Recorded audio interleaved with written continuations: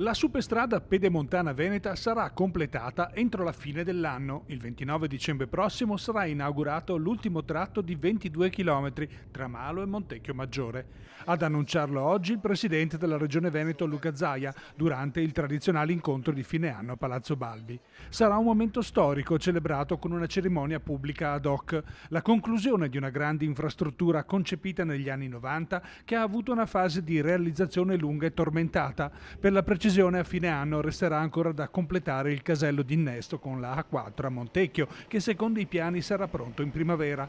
È stato però superato il nodo importante che riguardava le due gallerie di Malo e Sant'Urbano, rispettivamente di 6 e di 1,5 km. In questi giorni la Commissione Gallerie ha dato la sua approvazione, permettendo così il completamento dell'opera lunga complessivamente 94 km con 14 caselli che attraversa 36 comuni veneti.